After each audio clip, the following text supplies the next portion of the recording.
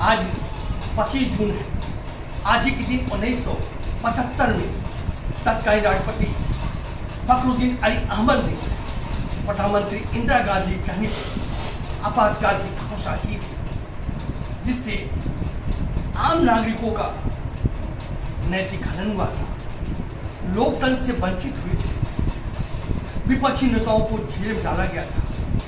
इसे लोग काला दिवस के रूप में मनाते हैं, अन्याय दिवस के रूप में मनाते हैं। बताया जाता है कि 1971 के चुनाव में इंदिरा गांधी रायबरेली में चुनाव लड़ रही थी। उनका मुकाबला समाजी विचारक राजनारायण जी से था।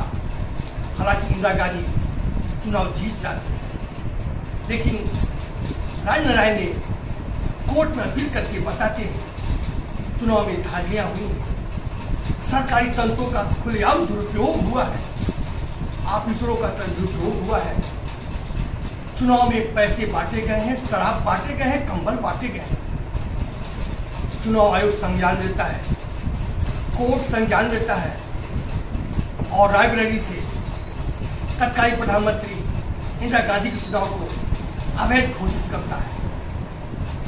इससे विपक्ष जोरदार हमला बोलता है।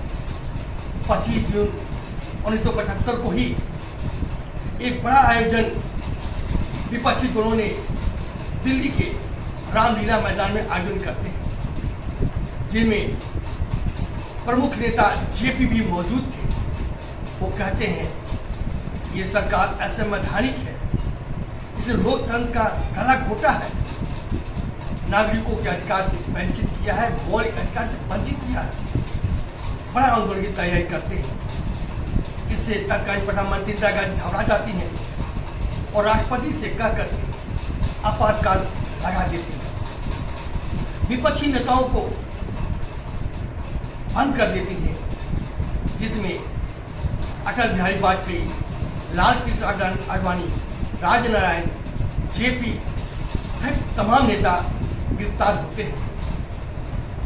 समाचार पत्रों पर प्रतिबंधित लगाते हुए उनकी बिजलियां काट देती हैं। केवल एक जो नेहरू परिवार का पेपर था नेशनल हेराल्ड, वो प्रकाशित होता है और इसके कहता ही आपातकाल जनता के हित में। इस दौरान इंदिरा गांधी ने 42वां संशोधन किया और वह चाहती थी देश में एक ही दल राज्य करे, ऐसी उनकी मंशा थी। विरोध के बाद आपातकाल का विरोध हुआ, जनता सड़कों को थी और आपातकाल को के बाद जब चुनाव हुआ तो इंदिरा गांधी बुरी तरह से पराजित हुई। जनता पार्टी जीती, मोरारजी देसाई प्रधानमंत्री बने। बताते हैं इस दिवस को सभी लोग काला दिवस,